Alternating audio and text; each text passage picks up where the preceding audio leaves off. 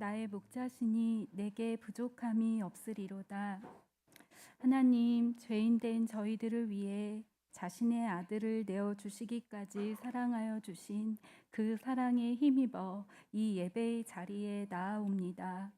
저희의 예배를 받아주시고 저희의 찬양을 흠양하여 주시며 영광을 받아 주시옵소서. 주님, 믿으라 복음의 능력을 이란 주제 아래 2025년을 살아가고 있는 저희들을 기억하여 주옵소서. 저희는 무한 경쟁의 시대, 경제적 어려움, 불안한 정치 상황 속에서 살아가고 있습니다. 그 안에서 저희는 두려움과 외로움, 혼란스러움과 불안, 수치와 분노, 육체의 질병과 고통을 마주하며 육신적으로 또는 정신적, 영적으로 상처받은 자의 모습으로 걸어가고 있습니다. 이러한 저희의 삶이 복음의 능력으로 말미암아 빛 가운데로 영원한 생명 가운데로 들어가는 은혜를 구하옵니다. 혼란스럽고 어려울수록 더욱 주님과 교제하려고 애를 쓰며 하나님과의 자리로 나아가게 하여 주시옵소서. 하나님께서 저희를 선택하시고 축복하시며 얼마나 사랑하시는지 그 깊이와 넓이와 높이를 깨닫게 하시고 가장 좋은 길로 인도하실 주님을 신뢰하고 붙들게 하옵소서. 그 사랑의 힘으로 삶에서 마주하는 상대를 용납하게 하시고 손해가 나는 것 같아도 그것을 선택할 줄 알며 불안 속에서도 마음의 중심을 잡고 인내할 수 있는 힘을 주시옵소서. 빛 가운데 생명 가운데 살아가는 감사와 기쁨과 평안을 우리 인생의 주야의 모든 순간에 맛보아 알게 하여 주시옵소서. 또한 다드림이라는 주님께서 허락하신 공동체 속에서도 서로 격려하고 서로 중보하며 연합해 나가게 하셔서 개인을 넘어선 공동체의 사랑과 기쁨, 온전한 회복을 경험하는 복을 누리게 하여 주시옵소서. 하나님, 오늘은 스승의 주일입니다. 저희를 이끌어 주시는 사역자분들과 교회 학교에서 수고하시는 모든 선생님들의 사랑과 수고, 헌신을 기억하여 주시옵소서. 모든 선생님들이 먼저 하나님의 사랑과 진리에 붙들린 바 되어 은혜를 깊이 누리게 하시고 열매 맺는 삶을 살게 하시어 소진됨이 아니라 성령 충만함의 길을 가게 하옵소서. 또 오늘은 교회 선거가 있는 날입니다. 주님께서 자신의 능력을 보여주는 것으로 자신의 정체성을 드러내시지 않았던 것처럼 세상의 논리로가 아니라 하나님의 방식으로, 예수님의 방식으로 공동체를 사랑하고 섬길 수 있는 성도가 지도자로 세워질 수 있게 하옵소서. 더욱 기도함으로 예수님의 몸된 지체들을 잘 돌보아 가며 매 순간 주님을 경외함으로 깨달은 지혜와 순결함과 마음의 정직함으로 주님의 몸을 이루어 갈 수 있는 안수 집사님, 권사님을 예비하여 주시고 선출될 수 있도록 그 모든 과정을 주관하여 주시옵소서. 하나님, 또한 6월 초에는 전교인 수련회를 준비하고 있습니다. 수련회를 통해 저희 각자에게 부어주실 은혜를 사모하며 소망을 붙들고 기도로 준비하게 하시고 필요한 재정과 모든 상황들이 준비될 수 있게 하옵소서. 준비하는 준비팀 위에 지혜 주셔서 준비에 어려움이 없게 하시고 성도님들의 오가는 길과 수련회 모든 기간 동안을 보호하셔서 안전하게 잘 다녀올 수 있게 하옵소서. 세계 각지에서 복음을 전하고 계시는 선교사님과 그 가정을 눈동자와 같이 지켜주시고 그 나라와 민족을 향한 하나님의 뜻을 잘 이루어 가실 수 있도록 도와주시옵소서. 말씀을 전하시는 김병년 목사님께 늘 성령 충만함을 부어주시고 저희를 잘 이끌어 가실 수 있도록 아버지의 마음 알게 하옵소서. 이 예배와 오늘 모든 선거의 과정을 함께하여 주실 주님을 소망합니다. 감사드리며 예수님의 이름으로 기도합니다. 아멘. 감사드립니다. 늘 교회학교 선생님들에게 너무너무 감사드리는 것은 저희 자녀들도 9살, 5살, 1살 때 제가 교회를 개척했거든요.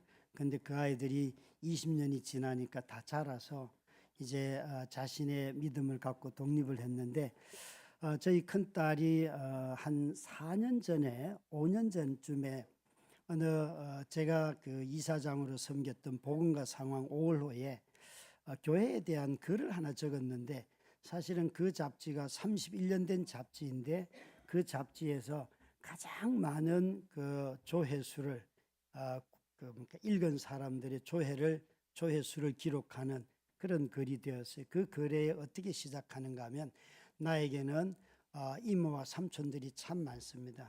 우리 엄마가 이렇게 아팠는데 나와 우리 동생들을 이렇게 돌봐주는 이모와 삼촌들이 많고 그들로 인하여서 나는 이렇게 자랐습니다 라고 말하면서 마지막에 이제 나도 누군가의 이모와 삼촌이 되겠습니다. 그런 글이 있어요. 그래서 참 이 가정의 달에 그 딸이 썼던 그 글들을 다시 생각하게 되고 다시 한번 우리 성도님들에게 저희 가정을 돌봐주셔서 감사하고 또 교회 많은 성도들의 가정을 돌봐주신 우리 교사쌤들 또 우리 성도님들에게 다시 한번 감사를 드립니다.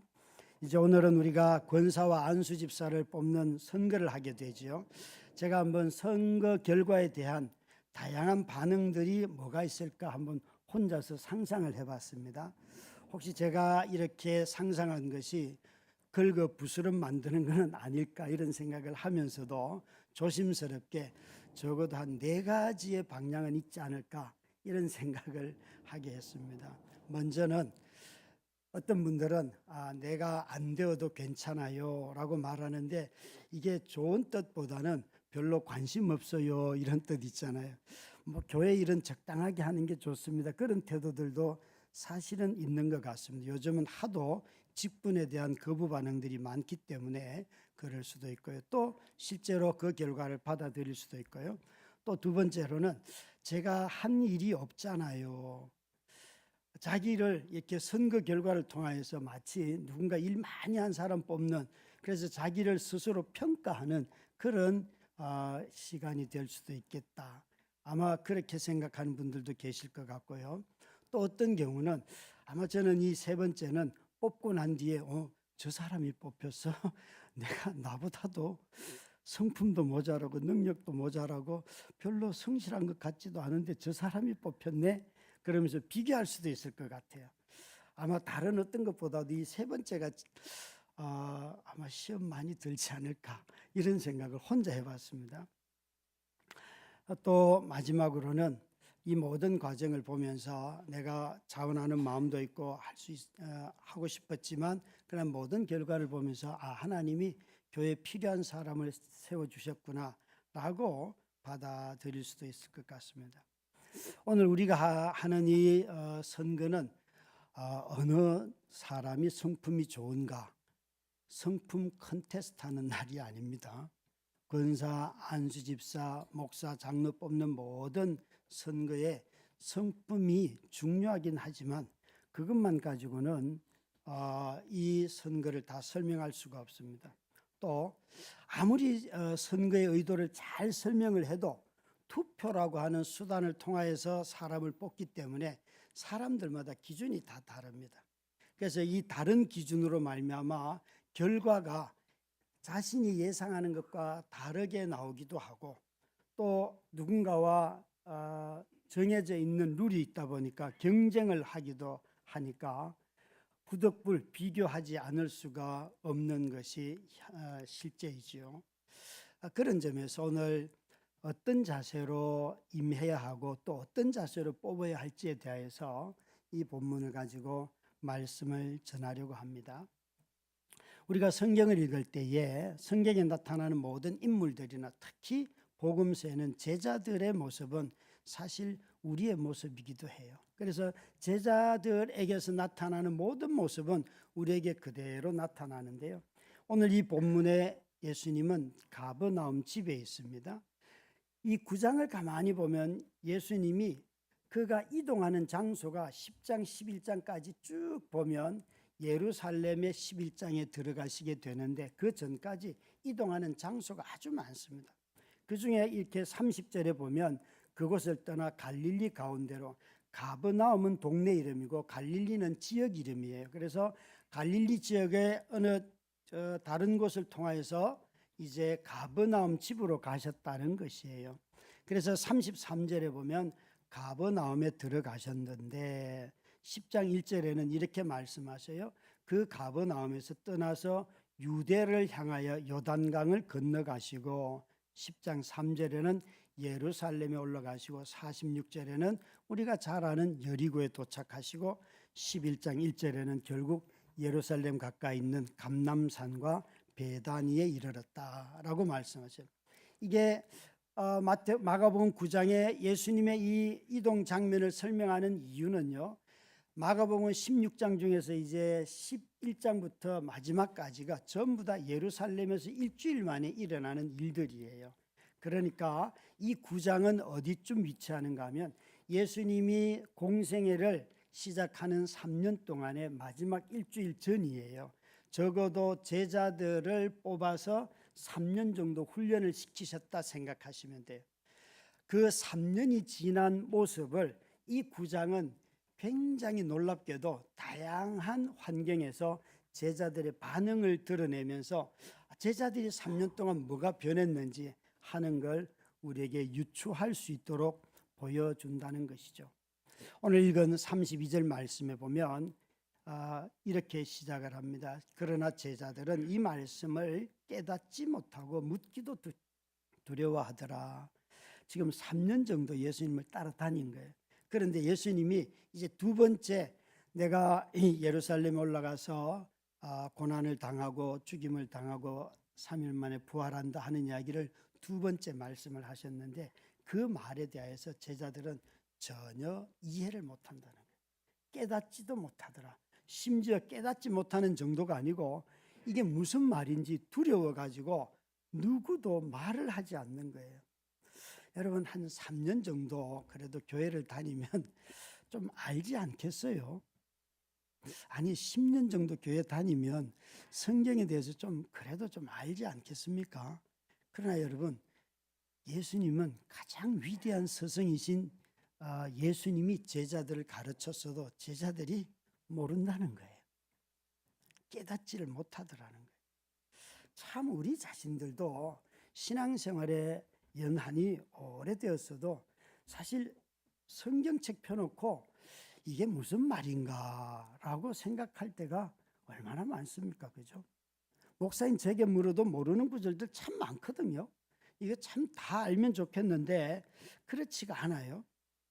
그러니까 특히나 이 두 번씩이나 예수님이 죽었다가 부활한다는 말씀은 들어도 여러분 아마 지금도 우리도 똑같을 거라고 봅니다. 많은 분들이 부활 그거 죽어봐야 알지요. 아니 죽었는데 어떻게 압니까?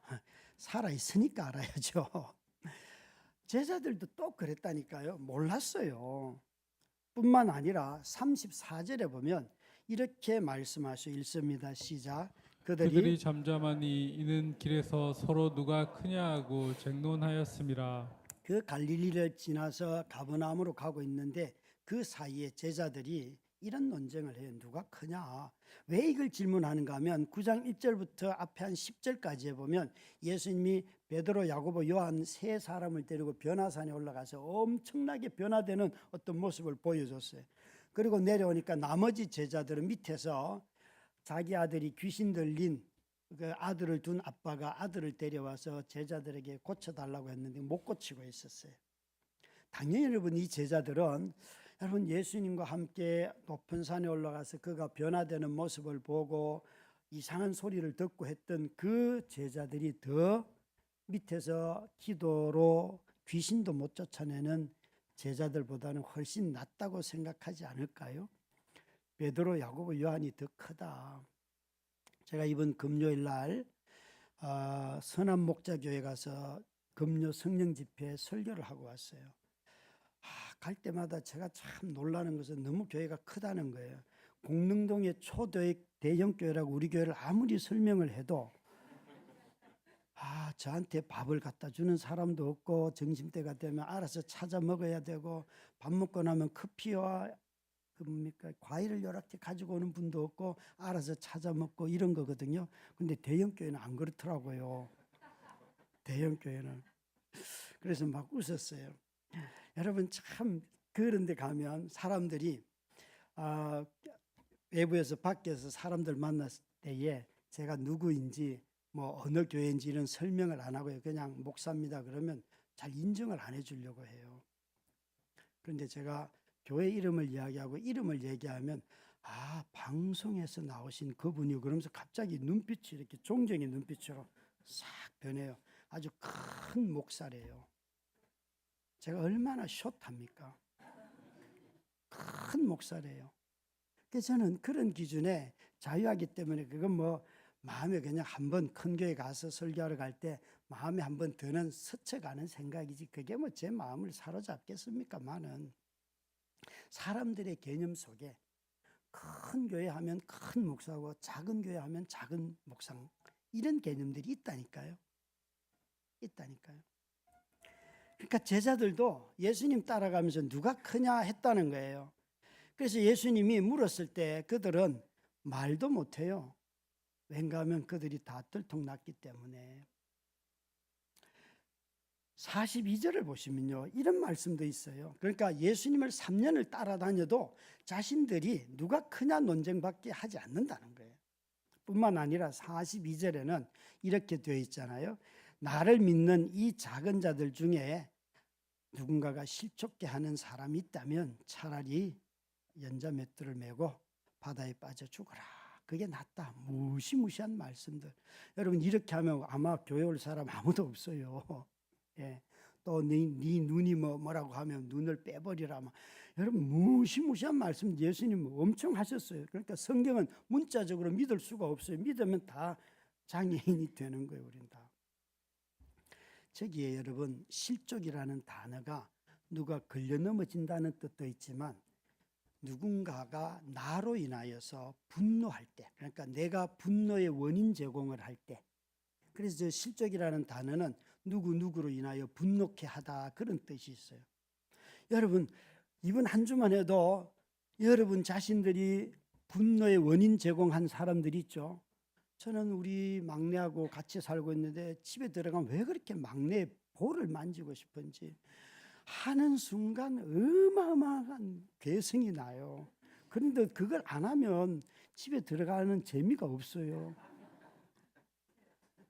그래서 문을 잠그고 아빠 못 들어옵니다 막 이렇게 하거든요. 그래도 가서 엉덩이라도 한번 때려야지만 마음이 이렇게 내 딸이 집에 있구나 이런 안심이 들어요.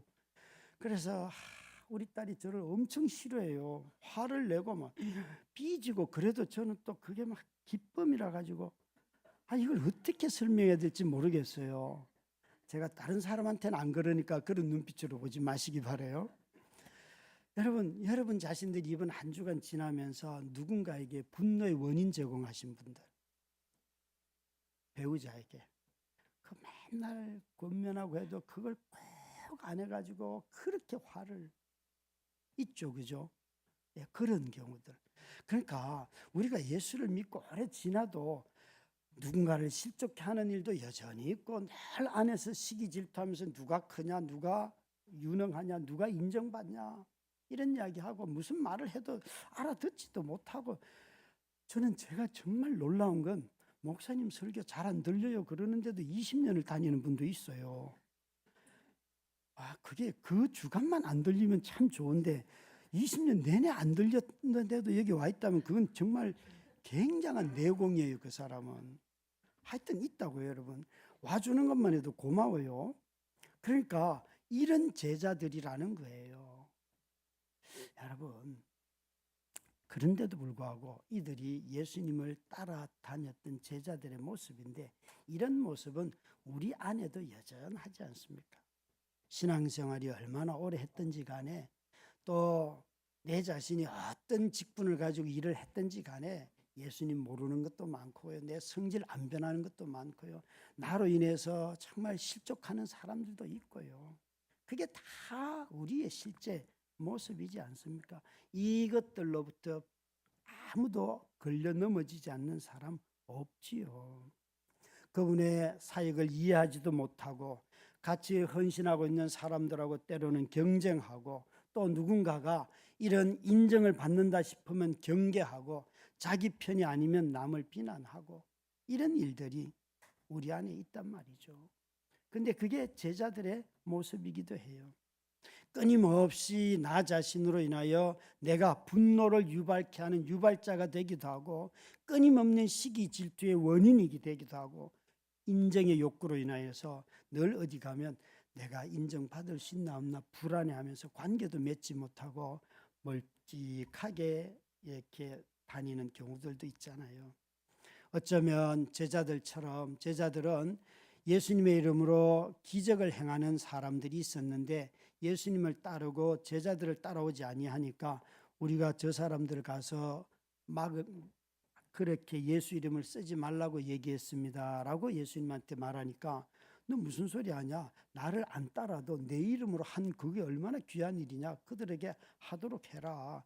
그러니까 자기와 함께 있지 아니하면 내 편이 아니라고 생각하고 언제나 남을 비난하고 의심하고 이런단 말이죠. 그런 게 여기 다 있다는 거예요. 제자들의 이런 모습이 우리 안에 있는 모습이기도 합니다. 여러분, 교회는 사람을 세울 때 언제나 소위 말하는 완성형 인간을 세우는 게 아닙니다.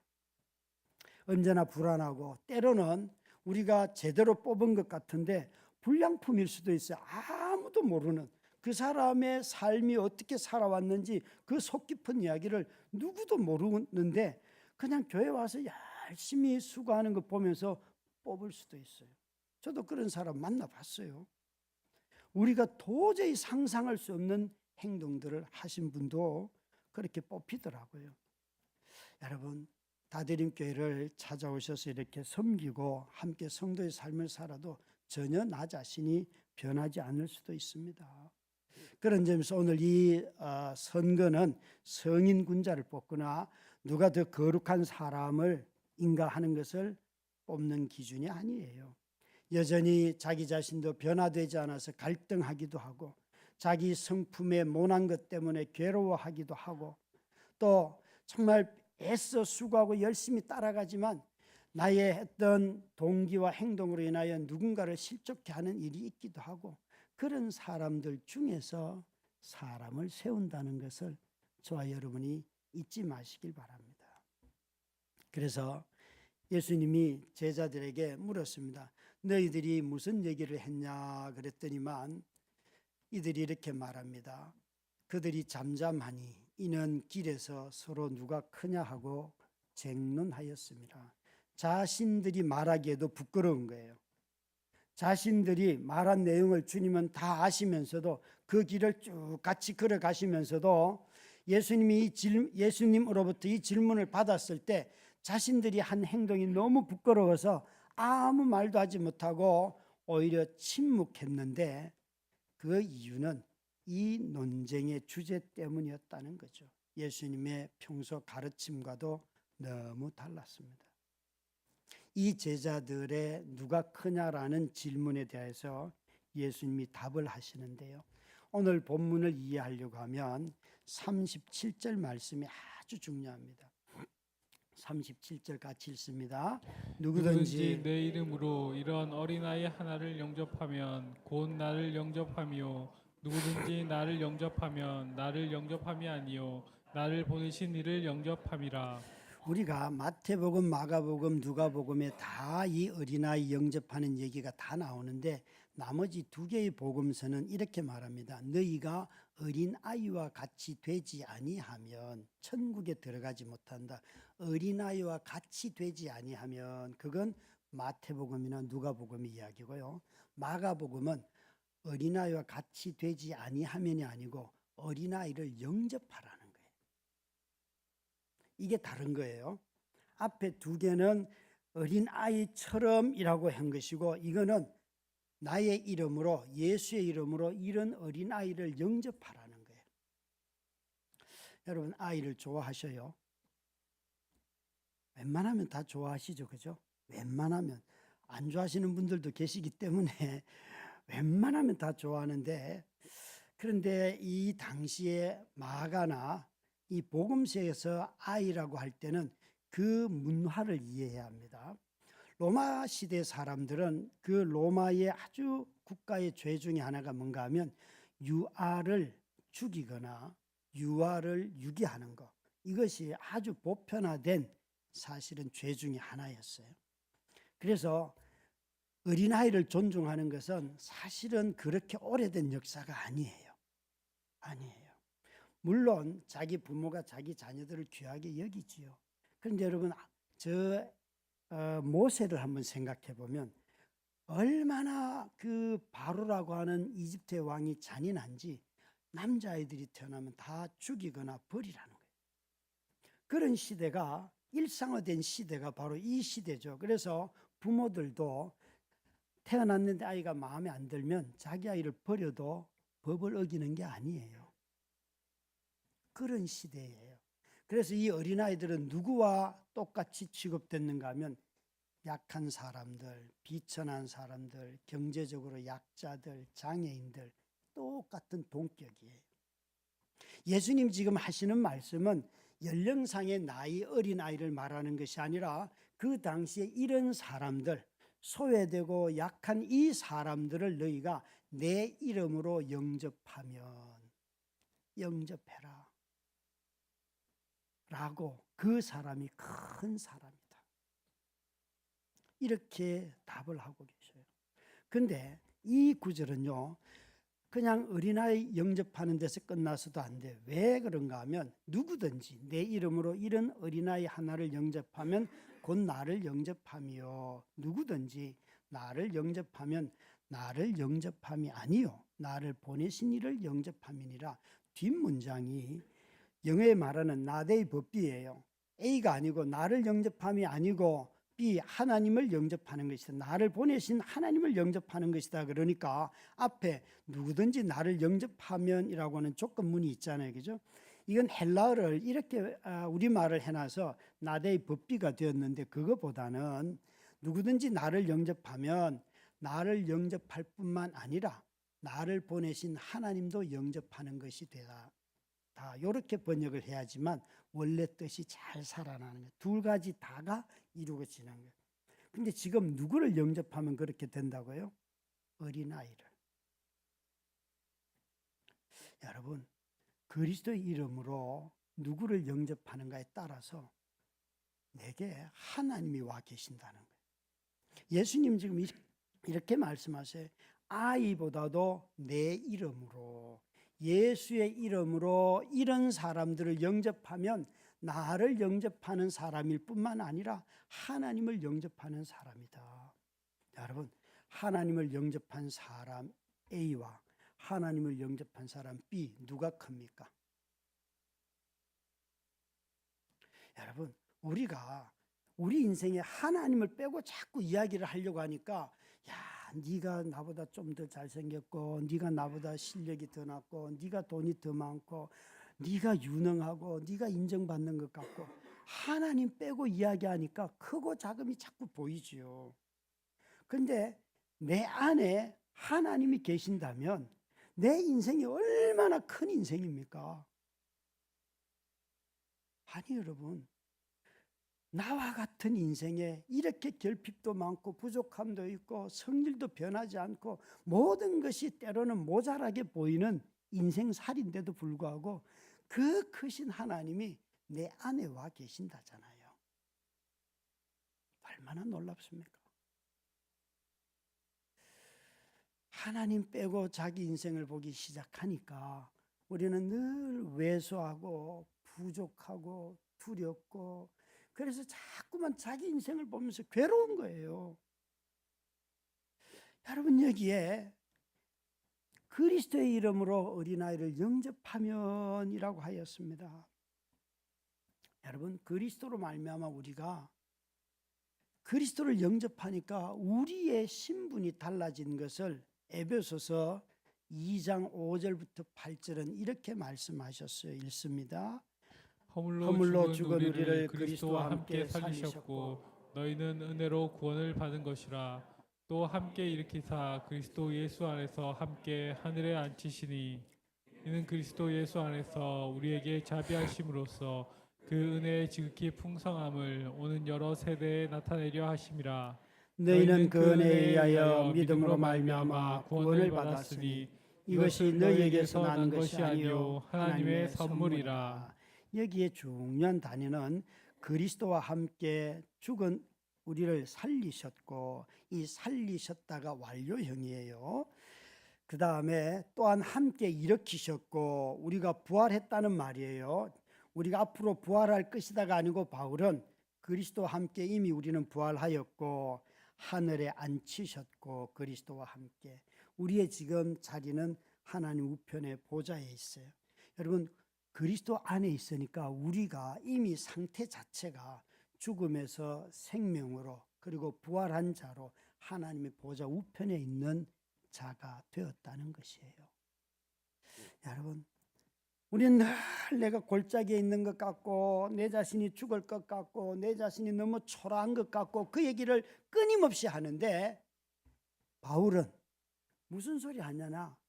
그리스도 안에서 너희의 자리가 얼마나 영광스러운 데 있는데.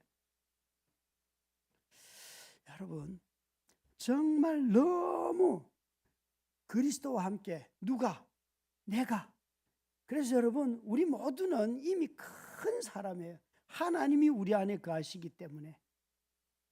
무슨 더 큰 일을 하고 그 결과가 좋고 정말 유능하게 회사 일을 감당해서, 아니요 여러분, 그것은 우리의 큼을 자랑하거나 증명하는 도구와 수단이 아니에요. 이미 우리는 하나님이 계시기에 우리에는 너무나 큰 사람이라니까요.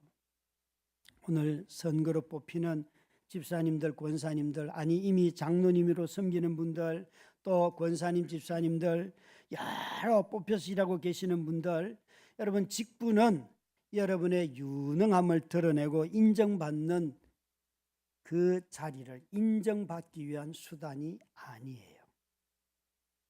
아니에요.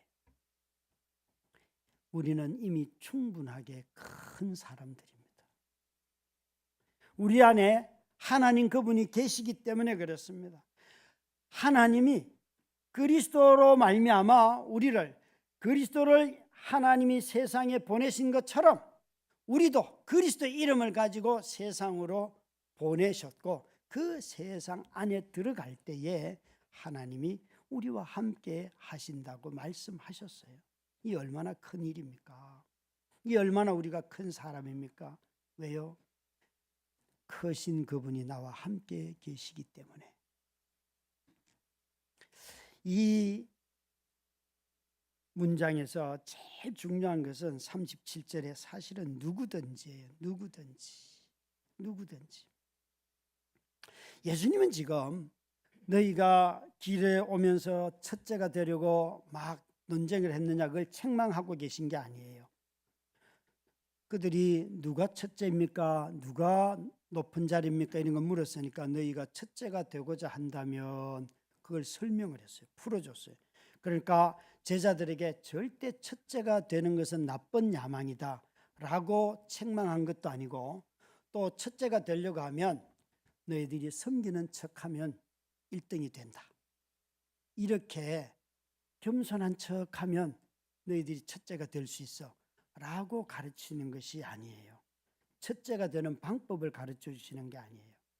여러분, 진짜로 누군가로부터 인정받기 위해서 겸손한 척 하려고 하면 너무 짜증나지 않아요? 예. 이 구절이 만약에 그 1등이 되기 위한, 첫째가 되기 위한, 인정받기 위한 방법을 가르쳐 주시는 것이라면 예수님이 하시는 말씀과 전혀 다른 뜻이 됩니다. 복음서의 사도들은, 복음서 마태복음부터 요한복음까지 복음서에는 제자들에게 서로 섬기라는 말을 거의 하지 않아요. 서로 섬기라는 말을 하지 않아요. 그냥 이런 말들은 많아요. 사랑해라, 용서해라, 위로해라, 권면해라, 문안해라, 복종해라, 주고받는 관계가 되어라, 기다리라, 이런 말들은 다양하게 쓰는데 서로 섬기라는 말은 거의 쓰지 않습니다. 그런데 섬김이라는 단어가 언제부터 많이 나오는가 하면 교회와 관련이 될 때 많이 나와요. 성도들이 가난한 누군가를 보고 재정을 낼 때 그때 섬긴다 하는 단어를 쓰고요. 또 예수님이 제자들을 돌볼 때 그때 섬긴다는 단어를 쓰고요. 성도들이 주님을 섬길 때에 복음서에는 그럴 때에 섬긴다는 단어를 쓰는데 베드로 사도는 베드로 전서에 보면 이 섬김이라는 단어를 이렇게 사용을 합니다. 함께 읽습니다. 각각 은사를 받은 대로 하나님의 여러 가지 은혜를 맡은 선한 천기 같이 서로 봉사하라.